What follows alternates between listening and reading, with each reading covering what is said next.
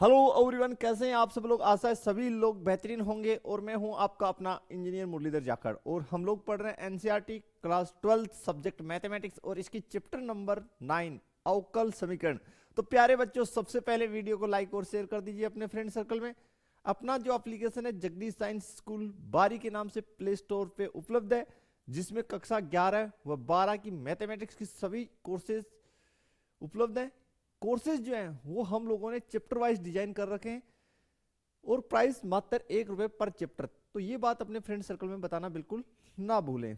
तो जिस भी चैप्टर में आपको प्रॉब्लम है आप उसकी कोर्स ज्वाइन कर सकते हैं। कंप्लीटली सॉल्यूशन आपको मिल जाएगा, बेसिक की वीडियोस मिल जाएंगी, एग्जांपल्स कंप्लीट हैं, सभी क्वेश्चंस कंप्लीट हैं एंड यहां तक कि मिसलेनियस एक्सरसाइज भी आपको कंप्लीटली उसमें प्रोवाइड करवाई गई है। तो चलिए स्टार्ट करते हैं 9.5 एक्सरसाइज। और आज की हमारी टॉपिक रहने वाली है रेखिक अवकल समीकरण। इससे पहले स्टूडेंट्स हम लोगों ने चरों के पृथक्करण से अवकल समीकरण को हल कर लिया। देन हमने ये टेस्टिंग की कि दिया गया अवकल समीकरण समघातीय है या नहीं। समघातीय है तो उसको हमने प्रतिस्थापन करके चरों के पृथक्करण में कन्वर्ट किया एंड सोल्व आउट किया। अब लास्ट जो विधि है वो हमारे यहां रहती है रेखिक अवकल समीकरण। तो देखते हैं किस प्रकार की इसकी फॉर्मेट होगी। चलिए स्टार्ट करते हैं।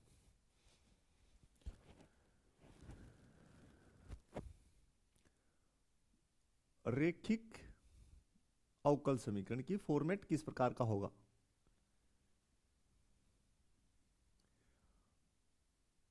अवकल समीकरण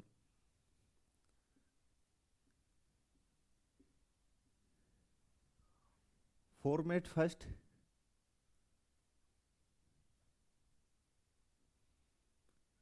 और फॉर्मेट सेकंड।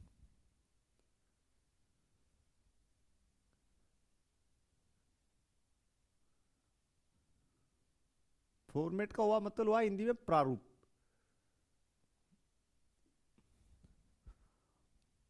प्रारूप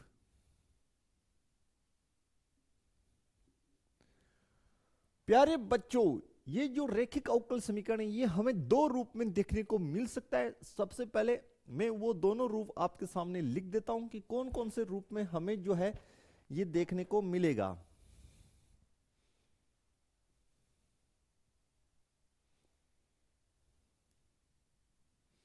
तो वो दो जो दोनों रूप हैं हमें क्या करना है, जो हमें एग्जाम में या चैप्टर में जो भी अवकल समीकरण दे रखा हो सबसे पहले हम लोग प्रयास करेंगे क्या इन दोनों रूपों में वो जंप आ रही है या नहीं। तो देखिए वो रूप है dy/dx प्लस p मल्टीप्लाई में y is equal to q। First and second ये जो फॉर्मेट है वो है dx/dy plus p multiply x is equal to q। यहां तक देखिए ये जो है आपकी फॉर्मेट होगी। अब आप लोग पूछ सकते हैं सर ये जो p और q जो है वो क्या चीजें हैं, यानी क्या है समीकरण में। तो फर्स्ट इसकी 3 स्टेप में सोल्व होगा स्टूडेंट। जो हमारी क्वेश्चन है वो 3 स्टेप में बनेगी।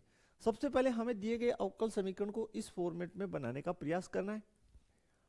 ओके, स्टेप फर्स्ट,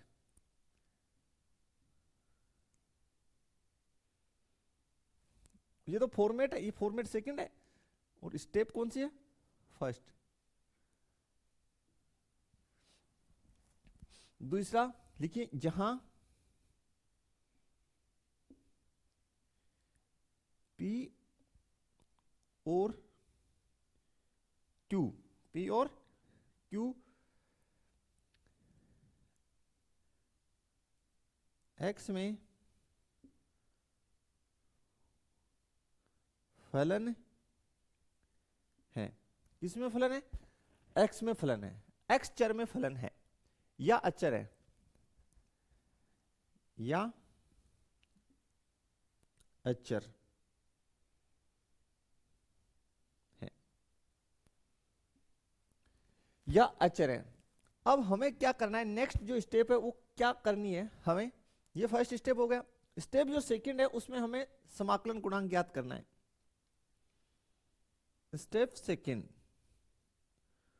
उसमें हमें फाइंड आउट करना है समाकलन गुणक, समाकलन गुणक।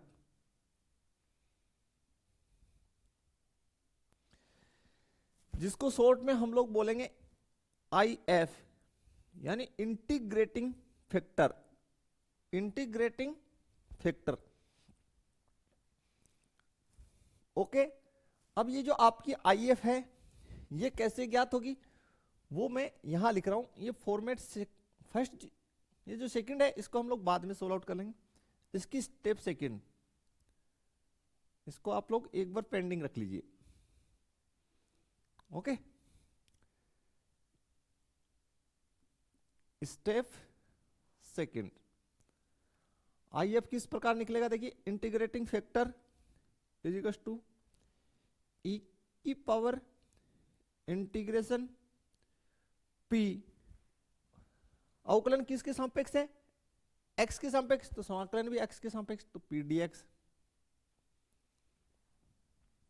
यहां तक क्लियर हो जाना चाहिए आपको।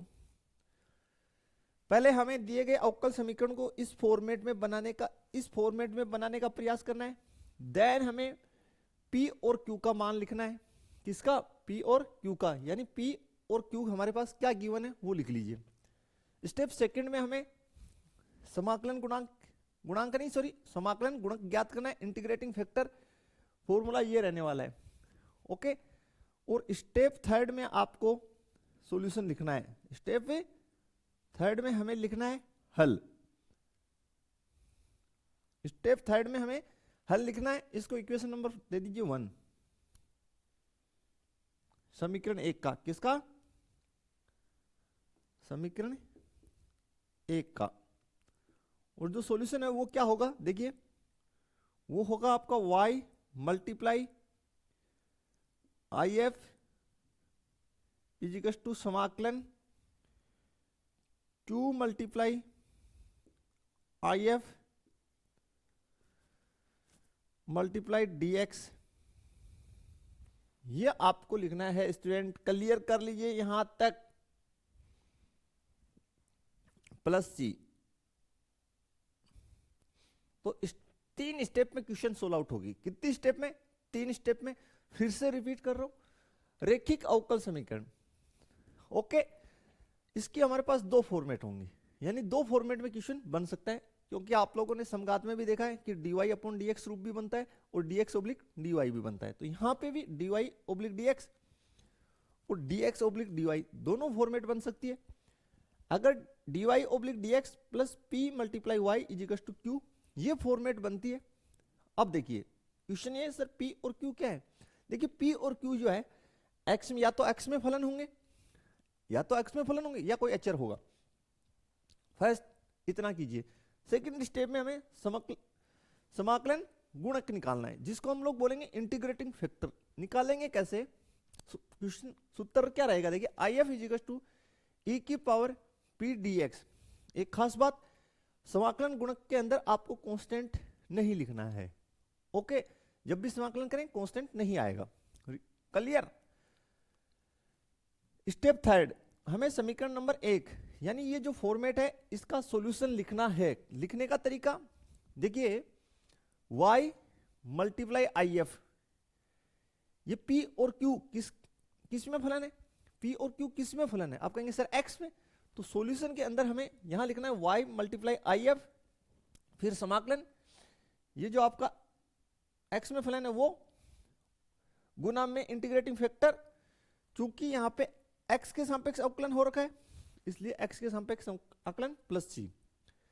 इसमें कोई डाउट है तो बताइए, इसको नोट कर लीजिए, एज इट इज दिमाग में फिट कर लीजिए। अब हम चर्चा करेंगे फॉर्मेट नंबर 2 पे, इसका भी आपके सामने लिखने का प्रयास करते हैं। चलिए,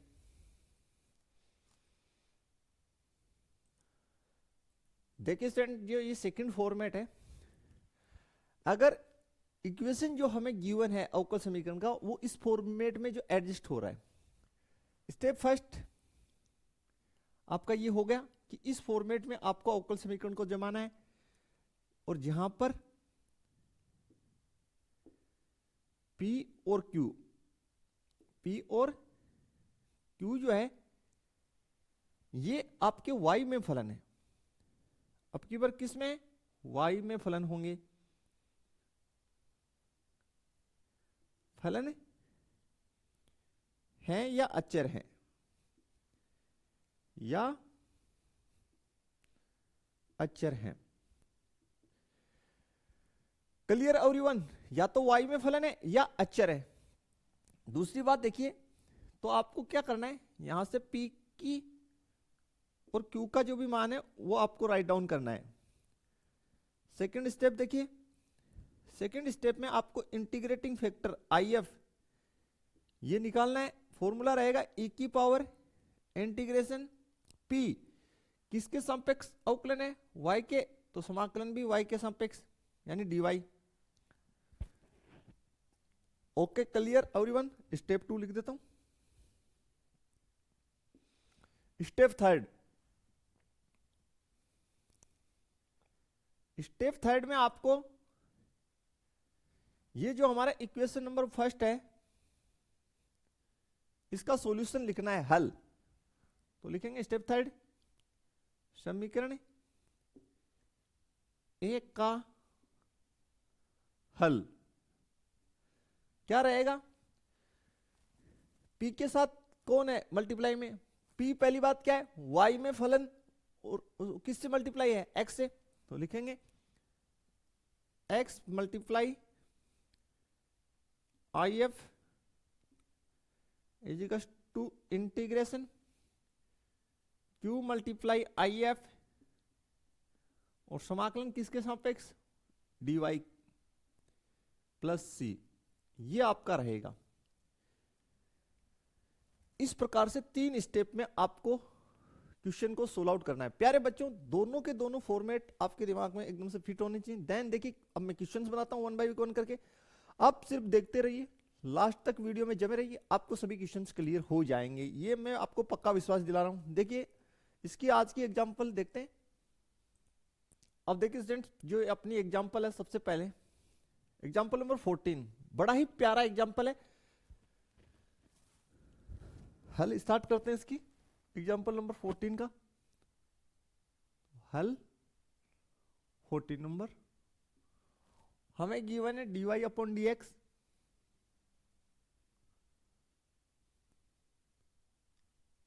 minus y is equal to cos x।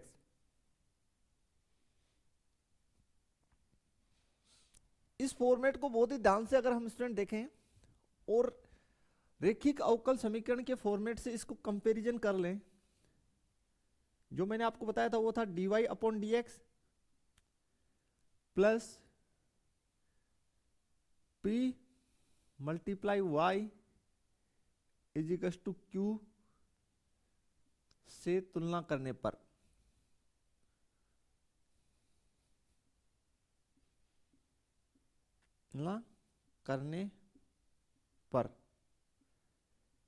Okay. ये तो यहां पे देखिए P और Q क्या है? x में फलन है या अचर है? तो P की वैल्यू कितनी आई स्टूडेंट? देखिए बताइए। आप कहेंगे सर P का वैल्यू -1, Q का वैल्यू आपके पास क्या आ गया? आप कहेंगे sir cos x।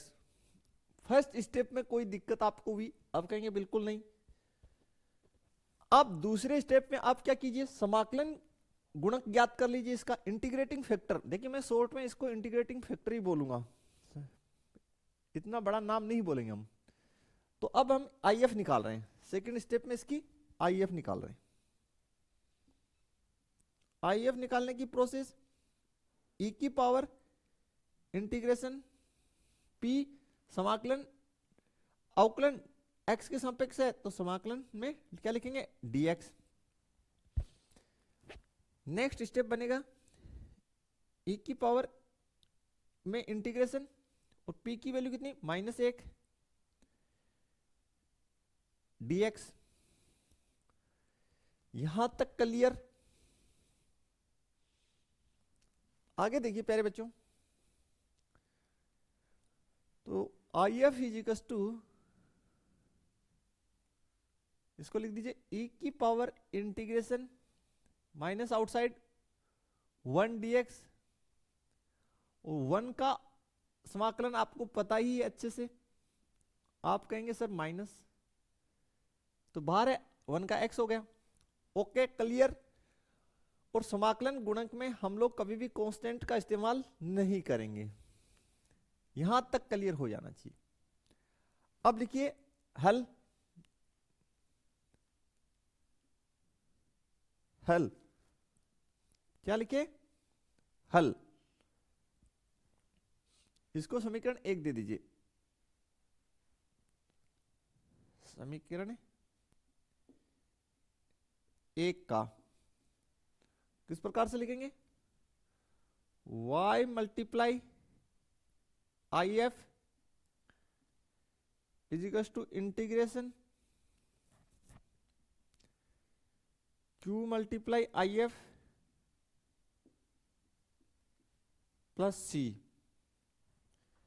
y I F e की पावर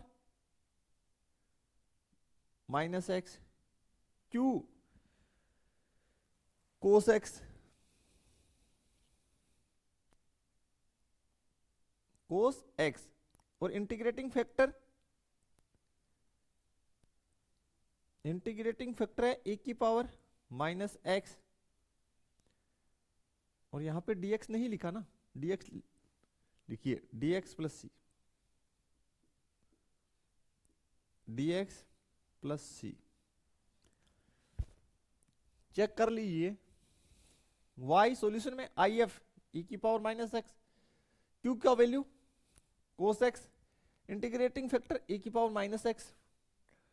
ओके, अब ये जो आपका पार्ट है इसको आप मान लीजिए, माना इसको सेपरेटली मान लीजिए I1, इसको क्या कंसीडर कर लीजिए, I1 कंसीडर कर लीजिए। कितना कंसीडर कर लीजिए, I1, और इसकी समाकलन बना लीजिए, और इसकी समाकलन अलग से बना के यहां पुट कर दीजिए, और इसको इक्वेशन नंबर आप बोल दीजिए 2, कितना 2। ठीक है स्टूडेंट्स, तो इसको I1 माना है तो I1 इजिकल्स टू लिख लीजिए इंटीग्रेशन e की power -x cos x dx। अब यहां पे दो फंक्शन गुना में है, कितने फंक्शन गुना में, दो फंक्शन गुना में होते हैं, तो समाकलन करने का फर्स्ट तरीका हम लोग ये देखते हैं कि जो दो फंक्शन आपस में गुना में है उनमें से किसी का अवकलन दूसरा फंक्शन तो नहीं है, तो cos x की अवकलन -sin x होती है जो यहाँ पे विद्यमान नहीं है, और e की पावर -x का भी अवकलन यहाँ पे विद्यमान नहीं है। देन उस स्थिति में आइलेट से होगा, किससे होगा, आइलेट से। किससे सोल्व आउट करेंगे, आइलेट से। अब देखिए e की पावर -x का मतलब एक्सपोनेंशियल फंक्शन जो लास्ट में आता है, इसलिए इसको हम सेकंड फंक्शन मानेंगे, और cos x ट्रिगोमेट्री फंक्शन है जो पहले आता है, इसलिए इसको फर्स्ट फंक्शन मानेंगे। प्रोसेस आपको पता है, फर्स्ट फंक्शन को एज इट इज रखेंगे, सेकंड फंक्शन का समाकलन करेंगे minus, okay, integration first function का अवकलन, फर्स्ट फंक्शन का अवकलन, सेकंड का समाकलन, और दोनों की जो रिजल्ट आए उसका समाकलन, दोनों की जो रिजल्ट आए उसका समाकलन। फिर से देख लीजिए, first function as it is, second की समाकलन माइनस चिन्ह, फर्स्ट फंक्शन का अवकलन, सेकंड का समाकलन, और दोनों की जो रिजल्ट आए उसका पुनः समाकलन। प्रोसेस आपको पता है, आप लोगों ने अच्छे से पढ़ा है समाकलन में, और जिस बच्चे का समाकलन जितना स्ट्रॉन्ग उसके लिए ये प्रश्नावली उतनी ही इजी। चलिए आगे फिर, I1 is equal to cos X e की पावर x की समाकलन e की पावर x, लेकिन ये जो घात है वो लीनियर है, तो माइनस एक्स की हर में क्या करेंगे अवकलन, जो कितनी हो गई -1 माइनस चिन्ह इंटीग्रेशन कोस एक्स का अवकलन माइनस साइन एक्स e की पावर माइनस एक्स की समाकलन e की पावर माइनस एक्स, क्योंकि घात लीनियर है तो हर में उसका क्या अवकलन माइनस एक्स का अवकलन 1, और फिर से इसकी क्या करनी पड़ेगी प्यारे बच्चों समाकलन। फाइनली बना क्या वो देखिए आपके पास क्या बन के आया, I1 is equal to minus e की power minus x cos X, ये माइनस यहां मल्टीप्लाई हो जाएगा, या प्लस की संख्या में माइनस की संख्या का भाग देंगे तो माइनस में रिजल्ट आएगा, ऐसे मान लीजिए माइनस और माइनस ये कैंसिल आउट, तो ये हो गया माइनस इंटीग्रेशन e की power minus x sine x dx। Okay, इसका फिर से बनाएंगे हम लोग, एक बार फिर से बनाते हैं इसका, चलिए स्पेस बनाते हैं, नई स्लाइड लेते हैं और बनाते हैं। आगे देखिए, नेक्स्ट इसको सोल्व आउट करते हैं। यहां पे ये एक्सपोनेंशियल फंक्शन है इसलिए इसको सेकंड फंक्शन मानेंगे, ये ट्रिगोमेट्रिक है जो पहले आता है इसलिए इसको फर्स्ट फंक्शन मानेंगे। तो फिर से इसको सोल्व आउट करेंगे तो I1 is equal to minus e की power minus x cos X minus चिन्ह में यहां लिख रहा हूं। ओके, फर्स्ट फंक्शन को एज इट इज रखेंगे, फर्स्ट फंक्शन को as it is second function की समाकलन बनाएंगे, सेकेंड फंक्शन का समाकलन, फिर माइनस चिन्ह, कैसा चिन्ह माइनस चिन्ह इंटीग्रेशन फर्स्ट फंक्शन का अवकलन, फर्स्ट फंक्शन का अवकलन। ओके, सेकेंड फंक्शन की समाकलन, सेकेंड फंक्शन का समाकलन, और दोनों का जो रिजल्ट आए उसका समाकलन। तो यहां से हमारे पास बनेगा प्यारे बच्चों I1 is equal to minus e की power minus x cos x, इस माइनस को इनसाइड मल्टीप्लाई कर दीजिए या बाद में कर लीजिए एक साथ ही, चलिए बाद में कर लेते हैं, पहले बना लेते हैं। तो साइन एक्स e की पावर माइनस एक्स का समाकलन e की पावर माइनस एक्स, और e की जो पावर है वो लीनियर है तो हर में उसकी अवकलन तो -1, यहां पे माइनस एज इट इज समाकलन का चिन्ह, साइन एक्स का अवकलन कोस एक्स, e की पावर माइनस एक्स की समाकलन e की पावर माइनस एक्स, घात लीनियर इसलिए हर में अवकलन जो -1। ठीक है प्यारे बच्चों, और dx। देखिए आगे बढ़ेंगे तो I1 is equal to minus e की power minus x cos x, इस माइनस को इनसाइड मल्टीप्लाई करें तो माइनस और माइनस प्लस e की power minus x sine x, ये माइनस माइनस प्लस हो जाएगा, ये बाहर माइनस है ये फिर से इसको माइनस कर देगा, माइनस इंटीग्रेशन, इसको जमा के लिखिए e की power minus x cos x dx। अब देखिए स्टूडेंट यहां पे ये जो है e की power minus x cos x, इसको आपने क्या माना I1, तो ये फिर से क्या बन गया I1 बन गया। अब आपको वापस सोल्व नहीं करना है, यहां इसकी जगह क्या लिख देंगे I1, क्या लिख देंगे I1। ओके, तो ये क्या बन जाएगा I1 is equal to minus e की power minus x cos x plus e की power minus x sine x minus I1, क्योंकि देखिए इसका ही इसी फंक्शन को हमने i1 माना, तो यहां पे इसकी जगह i1 रख दीजिए, इस i1 को इस साइड लेके आइए, तो i1 प्लस i1। ओके, और इस साइड से e की पावर x कॉमन ले लीजिए, माइनस x में e की पावर माइनस x कॉमन ले लिए, तो देखिए यहां पे साइन x, और इस साइड क्या बचेगा, माइनस कोस x।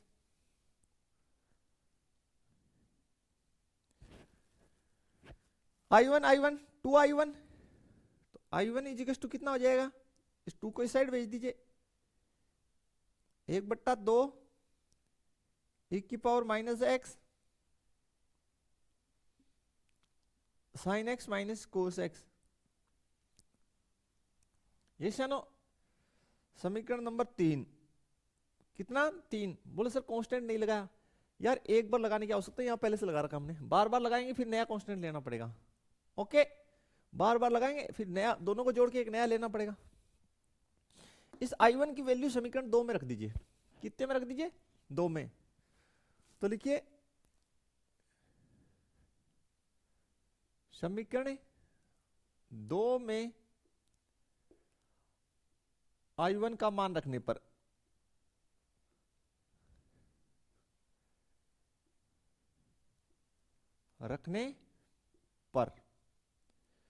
समीकरण 2 में i1 का मान रखने पर, चलिए नया स्लाइड ले लेते हैं और वैल्यू पुट करते हैं। तो चलिए वैल्यू जो है फाइनली पुट कर दीजिए, i1 का सॉल्यूशन निकल के आ गया ये, तो समीकरण 2 में रख दीजिए, इसलिए y मल्टीप्लाई e की power minus x is equals to 1/2 e की पावर माइनस x मल्टीप्लाई में sine x minus cos x plus c. ये स्टूडेंट हमारा जो है आंसर बनेगा, इसमें कोई दिक्कत नहीं है। बताइए कहीं कोई समस्या है तो आपको। ओके, ज्यादा से ज्यादा क्या कर रखा है एनसीईआरटी में, एक स्टेप और बढ़ा रखा है कि भाई इसने ये जो दोनों पक्षों से आपकी जो e की पावर x है, दोनों पक्षों में e की पावर माइनस x से भाग दे रखा है, पक्षों में e की पावर माइनस x से भाग देने पर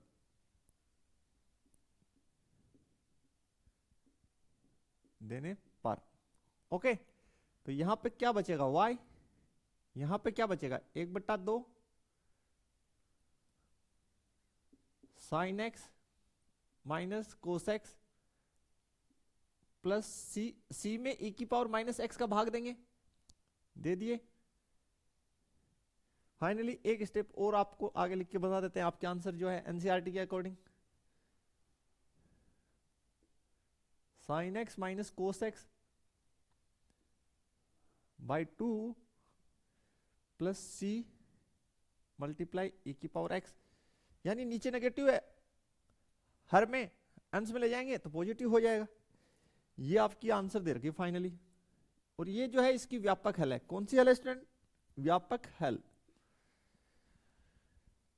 क्लियर है क्या, बता दीजिए जल्दी से, कहीं कोई समस्या है तो बताइए, अदरवाइज नेक्स्ट क्वेश्चन पे चलते हैं स्टूडेंट हम लोग, तो देखते हैं नेक्स्ट क्वेश्चन फिर। अब देखिए इसकी जो नेक्स्ट हमारी क्वेश्चन है, क्वेश्चन नंबर 15। सबसे पहले इसको लिख लेते हैं, 15 नंबर एग्जांपल है, x multiply dy upon dx plus 2y equals to x square. सबसे पहले हम लोग क्या करेंगे, ये जो अक्ष है इसका दोनों पक्षों में भाग लगा दें, x से दोनों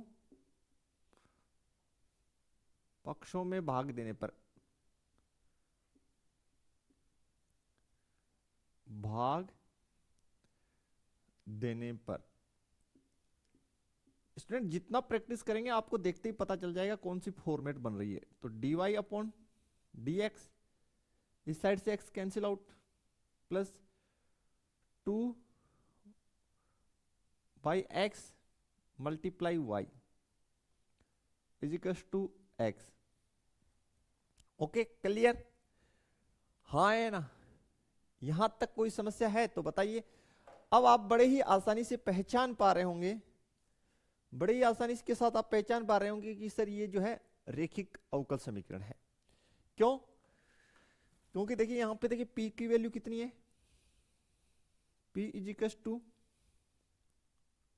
2 by x and q is equals to x। Clear? और लिख दीजिए यह रैखिक अवकल समीकरण है, रैखिक अवकल समीकरण है।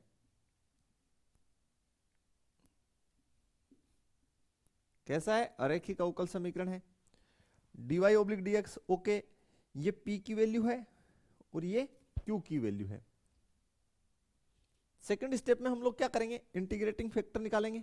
if किस प्रकार से निकालेंगे, e की पावर इंटीग्रेशन p, समाकलन जो है यहां पे अवकलन x के सापेक्ष है तो समाकलन में भी dx आएगा। इतना क्लियर? आगे देखिए if इजिकल्स टू e की पावर इंटीग्रेशन 2/x dx, काफी इजीली बन जाएगा, कहीं कोई समस्या नहीं होने वाली है। 2 को आउटसाइड लिख दीजिए समाकलन से, 1/x dx। तो 1/x का जो समाकलन है 1/x का log मॉडुलस x, ये से नो। अब ये जो 2 है इसको इन पावर में भेज दीजिए घात में, log की प्रॉपर्टी से, तो ये हो गया e की power log modulus x square. अब जो एक्स स्क्वायर है वो तो ऑलवेज पॉजिटिव होता है, तो मॉडुलस लगाने का कोई औचित्य वैसे भी नहीं है। तो फाइनली हम लिख देंगे if is equal to e की पावर log एक्स स्क्वायर। यहां पे बेस कितना है, 1 है, तो फाइनली वैल्यू कितनी हो जाएगी इसकी, एक्स स्क्वायर। क्या हो जाएगी प्यारे बच्चों, एक्स स्क्वायर। कारण क्या है वो मैं लिख देता हूं यहां पे, चूंकि आप लोग log में प्रॉपर्टी जानते हैं, log के अंदर log m की पावर n, इसको आप क्या लिख सकते हैं, n log m। एक तो ये मैंने आइडेंटिटी इस्तेमाल किया यहाँ पे, ठीक है। ये जो पावर है, ये जो गुणा में उसको पावर में भेजा है, घात में भेजा है, गुना में है उसको कहां भेजा है, घात में, इस प्रॉपर्टी से। दूसरा जो है log के अंदर a बेस पे 1 का वैल्यू कितना होता है, 1। बेसिकली मैथमेटिक्स में जब यहाँ पे log नहीं गिवन होता है तो हम किस बेस पे काउंट करते हैं, e बेस पे। ओके, एक चीज और आपको पता होनी चाहिए, e log e, इसकी अगर ऐसे हो तो ये जो आपका है e log e, इसका वैल्यू कितना हो जाएगा, इसका 1 हो जाएगा। फाइनली आपके पास क्या बच जाएगा, a। तो e log इसका 1 हो गया, ये एक्स स्क्वायर बच गया। इतना क्लियर है क्या? अगर इतना क्लियर है तो लिखिए, इसको समीकरण 1 दे दीजिए और यहां लिखिए ये सारा का सारा आपका रफ काम है, समीकरण 1 का हल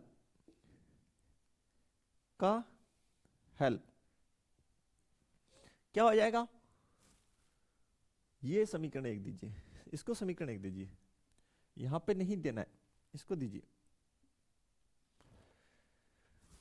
YIF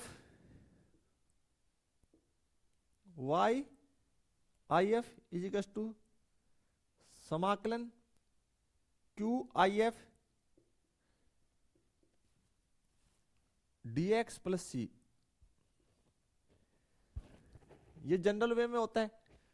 आई एफ आपके पास आ चुका, कितना आया आई एफ एक्स स्क्वायर, तो y multiply x square is equal to q का वैल्यू आपके पास कितना है, क्यू का वैल्यू x है, क्यू का वैल्यू कितना है x है, x मल्टीप्लाई आई एफ मेरा x square plus c. Okay, तो बेसिकली जो ये आंसर है मैं यहां लिख दूं तो कोई दिक्कत नहीं है, तो ये हो जाएगा y एक्स स्क्वायर, ये कितना बन गया एक्स क्यूब बन गया, एक्स क्यूब का समाकलन एक्स की पावर 4/4 प्लस सी। ओके, तो ये आपकी आंसर है। आप चाहें तो इसको थोड़ा बहुत जोड़ बाकी और कर सकते हैं। बेसिकली ये आपकी आंसर आ गई। बताइए कहीं कोई समस्या है तो क्लियर कीजिए, ठीक है। हाँ, एग्जाम में ये लिख सकते हैं, एकदम राइट है। अब एनसीईआरटी में कुछ नहीं कर रखा भाई, एनसीईआरटी में क्या कर रखा है, इस एक्स स्क्वायर को जो है इस साइड भेज रखा है, एक्स स्क्वायर का पूरे में भाग लगाया गया है। आपकी जो एनसीईआरटी है उसमें एक्स स्क्वायर से दोनों पक्षों में भाग लगाया गया है। भैया दोनों पक्षों में भाग लगाया गया है, आप ये लिख दीजिए, कोई दिक्कत नहीं है। वो भाग लगा देंगे, इसमें भी एक्स स्क्वायर का भाग लगा देंगे, एक्स स्क्वायर चला जाएगा, इसमें एक्स स्क्वायर का भाग लगा देंगे तो एक्स स्क्वायर बाई 4 हो जाएगा, और इसमें एक्स स्क्वायर का भाग लगाएंगे और वो एक्स स्क्वायर से भाग लगाएंगे पहले तो, फिर ये जो एक्स स्क्वायर है ये आपका किस में जाएगा, अंश में जाएगा। देन आपकी आंसर देखिए क्या आ जाएगी, y is equal to x square by 4 plus c multiply x की पावर -2। ये आपके एनसीईआरटी का आंसर है, तो सेम ही तो है भैया, उसमें कोई दिक्कत नहीं है। आप ये लिखिए चाहे से ये लिखिए, कोई दिक्कत नहीं है, दोनों एकदम परफेक्ट है, कोई नंबर नहीं कटेगा। क्लियर। बेसिकली हम लोग क्या करते हैं, ये जो व्यापक हल है इसमें हम लोग प्रयास करते हैं अगर संभव हो, जहां तक संभव हो y की टर्म में आंसर देने का प्रयास कीजिए। किसकी टर्म में, y की टर्म में। ठीक है प्यारे बच्चों, तो ये एक बात भी ध्यान रखें कि भाई आपको थोड़ा सा अच्छा लगता है, सुंदर लगता है, तो y की टर्म में आंसर देने का प्रयास करें। Clear everyone. देखते हैं स्टूडेंट, जो नेक्स्ट हमारी क्वेश्चन है example number 16।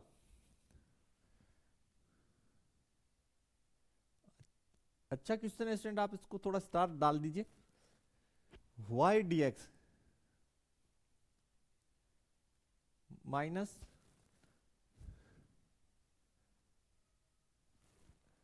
x plus 2y square multiply में dx है इजिकल्स टू 0 गिवन है। हल करना है, कुछ नहीं करेंगे, dx नहीं है यहाँ पे dy है। ओके, ये जो पक्ष है इसको हम राइट हैंड साइड में लेके जा रहे हैं, तो y dx equals to x plus 2y square dy। ठीक है प्यारे बच्चों, अब देखिए dx के नीचे आप dy को लेके आइए, dx के नीचे आप dy को लेके आइए, x प्लस 2y स्क्वायर बट्टे y, इसको आप जमा के लिखिए dx अपॉन dy, इसको सेपरेट कर दीजिए, x बट्टे y प्लस 2y स्क्वायर बट्टे y। फाइनली देखिए dx अपॉन dy, ये जो पक्ष है इसको इस साइड में लेके आइए, तो माइनस x बट्टे y इजिकल्स टू 2y।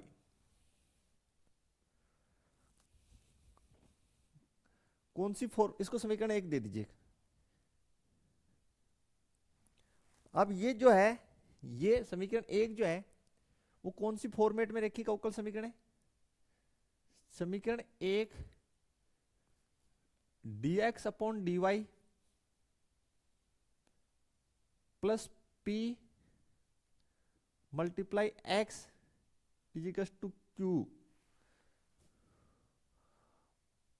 वाला रेखिक अवकल समीकरण है। रैखिक अवकल समीकरण है वाला रैखिक अवकल समीकरण है। इस फॉर्मेट वाला है, चेक कर लीजिए, dx ओब्लिक dy, फिर यहां पे p और q y में, p और q किसमें, y में, या तो y में फलन होंगे या अचर होंगे। तो यहां पे p का वैल्यू क्या है,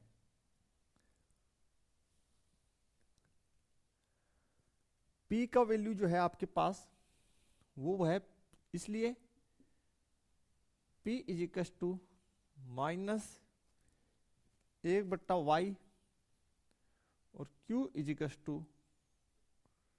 2y। ठीक है, इसलिए इससे तुलना किए तो p बराबर -1/y और q बराबर 2y। अब आपका जो सेकंड स्टेप है उसमें आपको इंटीग्रेटिंग फैक्टर निकालना if, e की power integration p dy, if equals to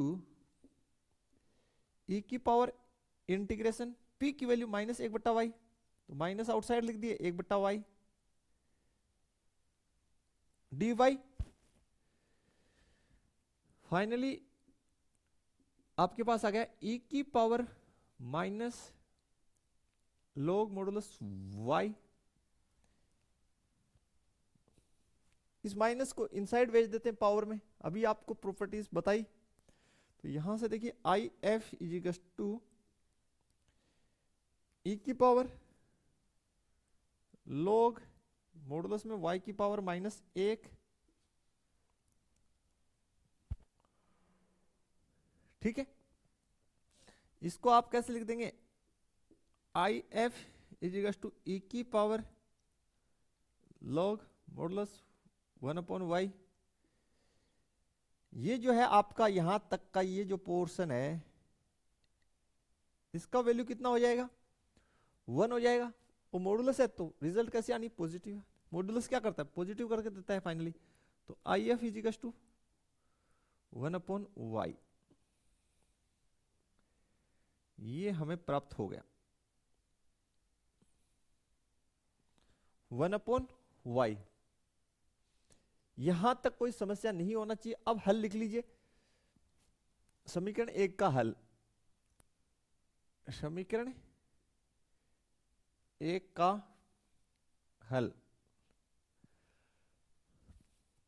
हल देखिए, x मल्टीप्लाई if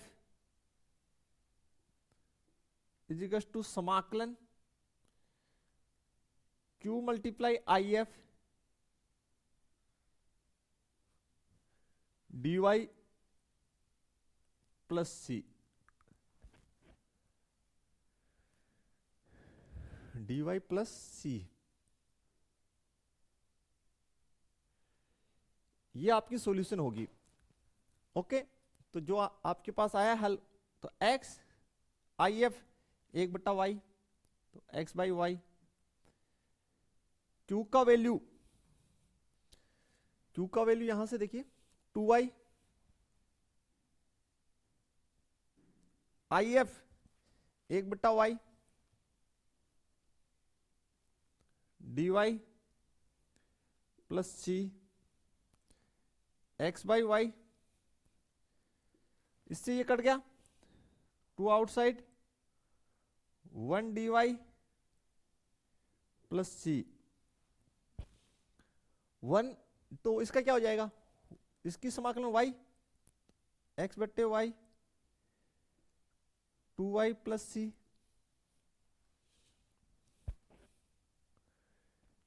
इस y को उस साइड क्रॉस मल्टीप्लाई कर दें, चलिए कर दीजिए,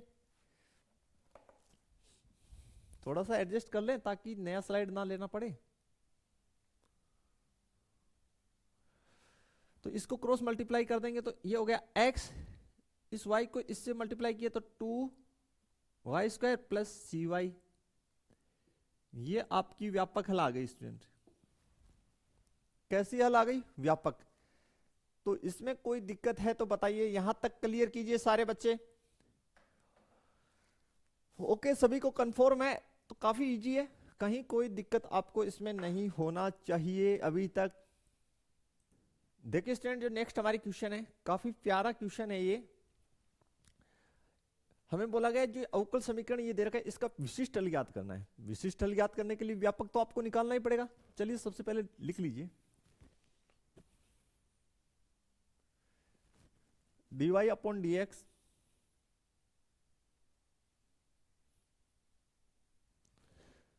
plus y cot x multiply y, ऐसे लिख रहा हूं मैं इसको, equals to 2x plus x² multiply cortex.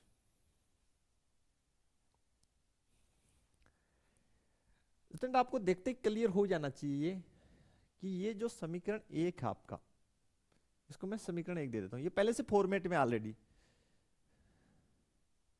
तो लिखिए समीकरण 1 dy upon dx plus p multiply y equals to q वाला रैखिक समीकरण है।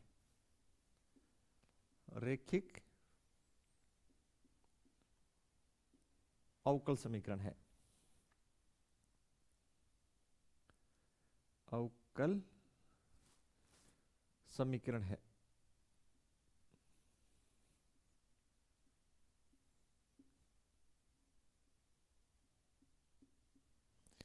इस फॉर्मेट में ये आपके पास रैखिक अवकल समीकरण है।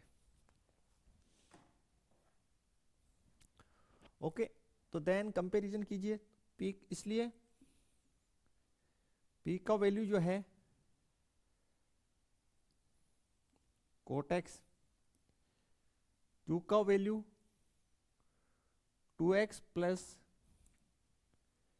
x² कोट x, समाकलन गुणांक यानी integrating factor IF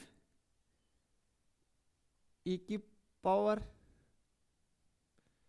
p dx।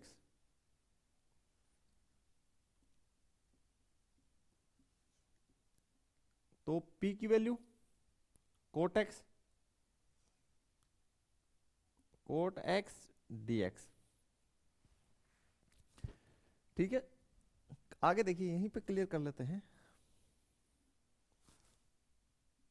IF equals to e की पावर कोट x का समाकलन log sin x, log modulus sin x।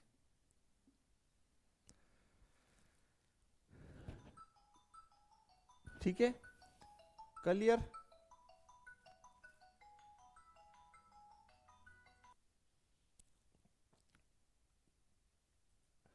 तो ठीक है स्टूडेंट, यहां तक क्लियर हो जाना चाहिए। फिर e की पावर log, इसकी वैल्यू तो 1 हो जाएगी, और मॉडुलस हमेशा कैसा रिजल्ट देता है? पॉजिटिव। तो आपके पास IF क्या आ गया? sin x। इंटीग्रेटिंग फैक्टर क्या आ गया? sin x। अब बात करते हैं समीकरण 1 के हल की। समीकरण 1 का हल, समीकरण 1 का हल देखिए किस प्रकार लिखेंगे। y मल्टीप्लाई में IF इंटीग्रेटिंग फैक्टर समाकलन q multiply IF dx plus c। तो y IF integrating factor sin x, q का वैल्यू ये रहा आपके पास 2x plus x² cot x, 2x plus x square cot x और I F sine x d x plus c. Solve out करेंगे प्यारे बच्चों। देखिए y sine x is equal to integration, इस साइन एक्स को जो है इनसाइड मल्टीप्लाई कर दीजिए, तो 2x sine x d x plus integration, separate separate भी किया साथ से, x square cot x sine x d x plus c. अब कोट एक्स जो है वो होता है कोस एक्स बट्टे साइन एक्स, तो y sine x equal to integration 2x sine x d x plus integration x square cot x को लिख दीजिए कोस एक्स बट्टे sine x into sine x dx। 1 minute थोड़ा सा कट गया, चलिए ओके प्यारे बच्चों, साइन एक्स से साइन एक्स कैंसिल आउट हो जाएगा, आपके पास जो रहेगा उसको हम लोग नया स्लाइड लेते हैं और लिखते हैं। चलिए आगे फिर नेक्स्ट जो स्टेप है वो हम लोग लिखते हैं यहाँ पे y sine x, y sine x is equal to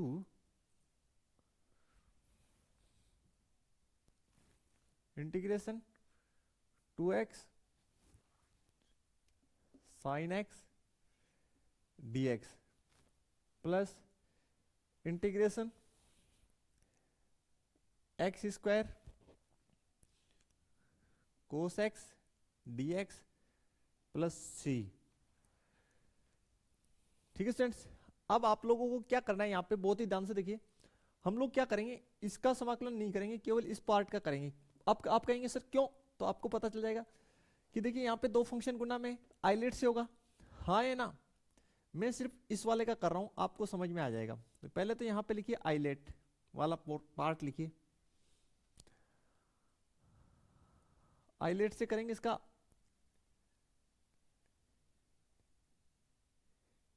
ठीक है, ये अलजेब्रिक है जो पहले आता है तो इसको फर्स्ट, ये ट्रिगोमेट्रिक है बाद में आता है तो इसको सेकंड फंक्शन, और मैं केवल इसका समाकलन कर रहा हूं, इसका नहीं कर रहा, इसको एज इट इज रख रहा हूं, आपको अभी क्लियर हो जाएगा ऐसा क्यों कर रहा हूं।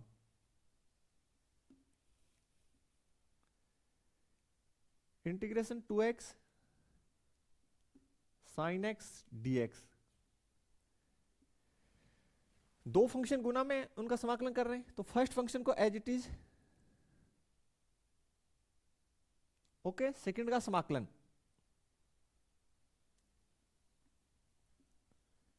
माइनस चिन्ह, इंटीग्रेशन फर्स्ट का अवकलन, फर्स्ट फंक्शन का अवकलन, सेकंड का समाकलन, सेकंड का समाकलन एंड दोनों का समाकलन प्लस सी तो है ही।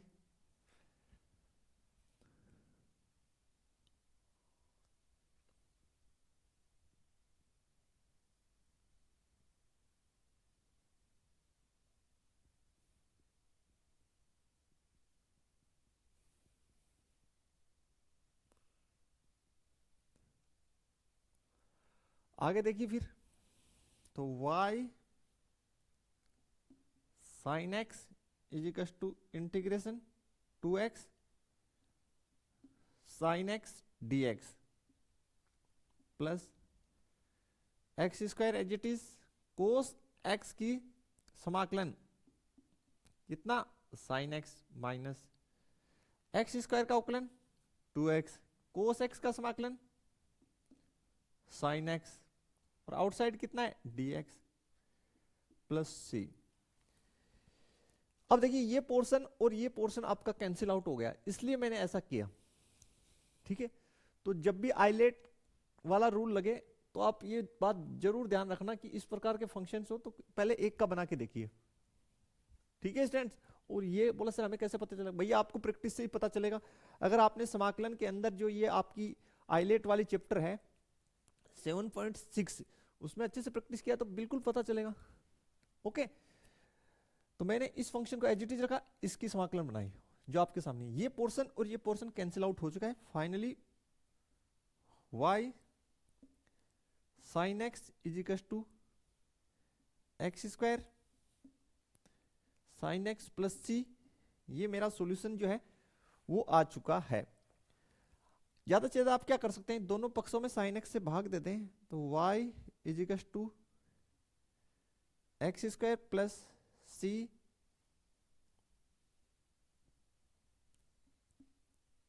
साइन एक्स की पावर -1। ऐसे भी इसको हम लोग लिख सकते हैं, रिप्रेजेंट कर सकते हैं, कोई दिक्कत नहीं है।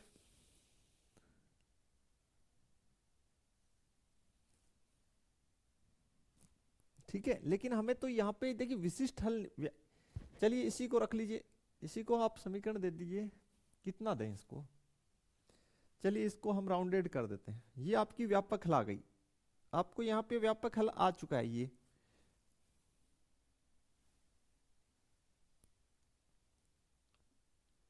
व्यापक हल। अब आपको विशिष्ट हल ज्ञात करना है। कौन सा हल ज्ञात करना है? विशिष्ट हल ज्ञात करना है। देखिए ये भी आपका राइट आंसर है। सी के नीचे साइन का ऊपर जाएगा तो साइन एक्स का इनवर्स हो जाएगा। ओके, उससे कोई फर्क नहीं पड़ेगा, वाई के टर्म में आंसर दिया है। अब बात ये कि हमें तो विशिष्ट हल ज्ञात करना है, तो वाई बर ये जो समीकरण है इसमें व्यापक हल में, व्यापक जो हल है उसमें किसमें, व्यापक हल में हम y बराबर 0 व x इक्वल टू π/2 रखने पर तो पुट करेंगे, नया स्लाइड लेते हैं और सोल्व करते हैं। ठीक है, ये y इक्वल टू 0 यहां पुट कर देंगे, x इक्वल टू π/2 इसमें पुट करेंगे, c का मान निकालेंगे एंड देन आगे सोल्व करेंगे। देखिए नेक्स्ट जो है इसकी विशिष्ट हल जो है किस प्रकार बनेगी। तो रखेंगे यहां y के प्लेस पे 0 पुट करेंगे तो 0 साइन π/2। ओके, y के प्लेस पे x के प्लेस पे π/2, वही π/2 का whole square sine π/2 plus c. ये तो ऑल ओवर टर्म 0, तो स्टूडेंट ये आपका इस साइड 0 हो गया, ये हो गया π²/4 साइन π/2 की value 1 plus c. Finally c equal to हो गया -π²/4। यहां तक कोई दिक्कत है तो बता दीजिए, नहीं तो व्यापक हल में सी का मान रखने पर, इसलिए विशिष्ट हल लिखना है। विशिष्ट हल, विशिष्ट हल के लिए क्या करेंगे, जो सी की वैल्यू आई है वो व्यापक हल में पुट कर देंगे, तो y sine x is equal to x square sine x -π²/4। ये हमारा आंसर बन जाएगा प्यारे बच्चों। तो कोई समस्या इसमें है तो बता दीजिए, आप क्लियर करें, यहां तक क्लियर है तो बताइए।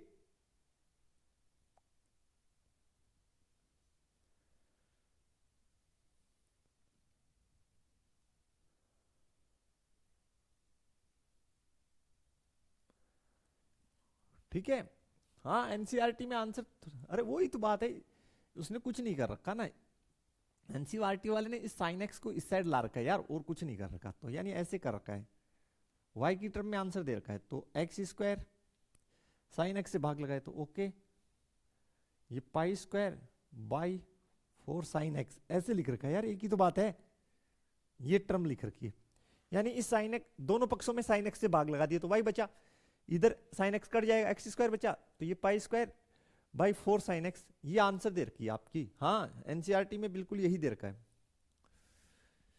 हाँ आपने ये लिख दिया तो 110% राइट है। चलें आगे, देखिए नेक्स्ट जो है एग्जाम्पल। तो स्टूडेंट समय जो है वो हो चुका है, अब नेक्स्ट जो अपनी क्लास होगी उसी में जो है नेक्स्ट एग्जाम्पल सोल्व करना पड़ेगा। तो जो आज की लेक्चर है उसको कंप्लीटली आप लोग रिपीट करके देख लीजिए, अपने फ्रेंड सर्कल में शेयर करना बिल्कुल ना भूलें। तो मिलेंगे नेक्स्ट लेक्चर में नेक्स्ट एग्जाम्पल और क्वेश्चन के साथ, तब तक के लिए थैंक्स, धन्यवाद, जय हिंद, जय भारत प्यारे बच्चों।